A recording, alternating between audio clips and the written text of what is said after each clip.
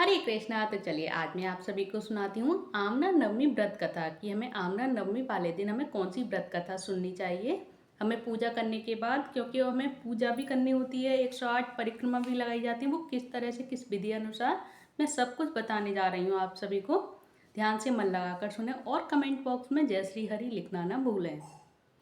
तो यह त्योहार जो कार्तिक महीने की नवमी को मनाया जाता है और इसको अक्षय नवमी भी कहते हैं।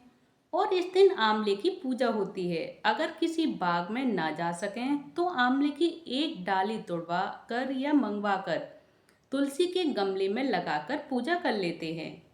और इस त्योहार की पूजा औरतें ही करती हैं। और पूजा के लिए एक दीपक, एक घंटी पानी, रोली, चावल, खील, बतासे तथा 1 से 8 कुछ भी चीज़ें ले सकते हैं हम। ये नहीं कि ये नहीं वो नहीं, कोई भी 1 से 8 चीज़ लेके हमें उससे परिक्रमा पूरी करनी होती है। और जो पूरी परिक्रमा लगा लेते हैं उसके बाद हमें कुछ पैसे भी लेने होते हैं जो हमें पूजा में रखने होते हैं। और फिर भजन गाते जाते हैं और परिक्रमा लगाते जाते हैं। और परिक्रमा लगाते जाते हैं और पूजा करके पूजा का सामान माली को दे देते हैं। जो भी पूजा जहाँ भी हम करते हैं, जैसे अगर मंदिर में कर रहे हैं तो पंडित जी के लिए हो जाएगा, और अगर घर पे ही कर रहे हैं तो वो बच्चों में भी बांट सकते हैं, या पंडित के बच्चे वगैरह जो भी होते हैं उनमें हम बांट सकते हैं उसे। और पूजा के बाद कहानी भी सुनाई जाती है और सुननी चाहिए। और पक्का खाना बनाते हैं और पूजा करके ही हमें खाना खाना होता है। और बधाई भी गाए जाते हैं। और आंवले की पेड़ में जो आंवले के जो पेड़ होता है, पूजा के समय जो धागा सूत भी लपेटा जाता है, यानी धागा सूत यानी कि जो कलावा होता है वो हमें बांधना होता है आंवले के पेड़ पर। तो चलिए अब शुरू करते हैं आंवले की व्रत कथा। आंवले की कथा।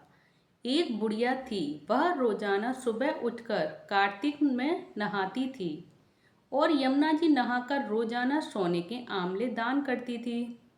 उसके बेटे व बहू को अच्छा न लगा और उन्होंने कहा कि ये तो सारा सोना खत्म कर देगी। तो बेटे ने कहा, अम्मा तुम चांदी के आंवले दान किया करो। फिर सोचा कि चांदी भी खत्म हो जाएगी। फिर सोचा कि लोहे के बनवाएं, तो उसने लोहे के करने शुरू किए, लोहे भी खत्म हो जाएगा। फिर उसने बोला, तो फिर उसने उसे तांबे के करवाए, तो वो भी खत्म हो जाएगा, ये बोल दिया। तो फिर बेटे ने मिट्टी के आंवले दान कराए। फिर भी सोचा कि मिट्टी भी अब खत्म हो जाएगी। इसके बाद बुढ़िया को उसने घर से ही बाहर निकाल दिया। और बुढ़िया का तो नियम था, जब तक वह नहाकर आंवले दान नहीं करती थी तब तक खाना नहीं खाती थी। तो बुढ़िया यमुना जी के किनारे पड़ी रहती और बालू रेत के आंवले बना बना कर दान करती थी।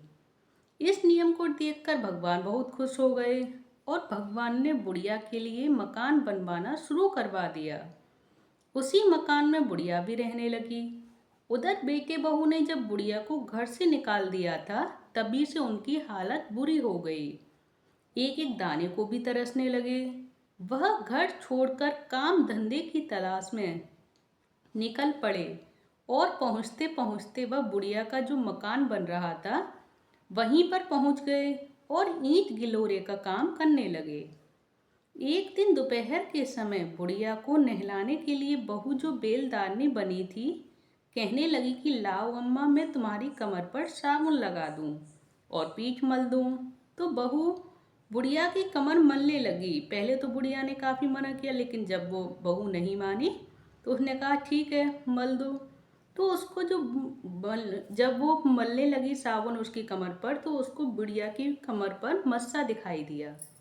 और देखते ही बहू की आंखों में से आंसू निकल निकल कर बुढ़िया की कमर पर यानी पीठ पर पड़ने लगे। तो बुढ़िया बोली, बहू ये गर्म गर्म पानी की बूंदें कहाँ से आ रही हैं? तो बहू ने कहा, अम्मा तुम्हारी कमर पर जो मस्सा है उसको देखकर मुझे अपनी सास की याद आने लगी है। इसी से मेरी आंखों से आंसू गिरने लगे हैं। ऐसा ही मस्सा मेरी सास की पीठ पर भी था। तो बुढ़िया बोली, कहाँ गई तेरी सास? तो बहू ने उसको सारी बातें बता दी कि किस तरह और किस बात पर हमने अपनी सास को घर से बाहर निकाल दिया था। तब सास ने समझा कि यह मेरी ही बहू है। तब सास को भी समझ में आ गया कि हाँ ये तो मेरी ही बहू है। और तब सास ने कहा कि बहू तेरी कन्नी तो तेरे आगे। और मेरी कन्नी मेरे आगे आई। उसी दिन से बेटे और बहू बुढ़िया के साथ रहने लगे। बुढ़िया ने भी जब बता दिया कि तेरी कन्नी तो तेरे आगे, मेरी कन्नी मेरे साथ, और मैं ही तेरी सास हूँ और तू ही मेरी बहू है, तो उसी दिन से फिर बेटे और बहू बुढ़िया के साथ ही रहने लगे। भगवान जैसे बुढ़िया पर कृपा करी आप सभी ने, नहीं नहीं, भगवान जैसी बुढ़िया पर कृपा करी, सब पर कृपा करना, बुढ़िया मरने पर स्वर्ग में पहुंची।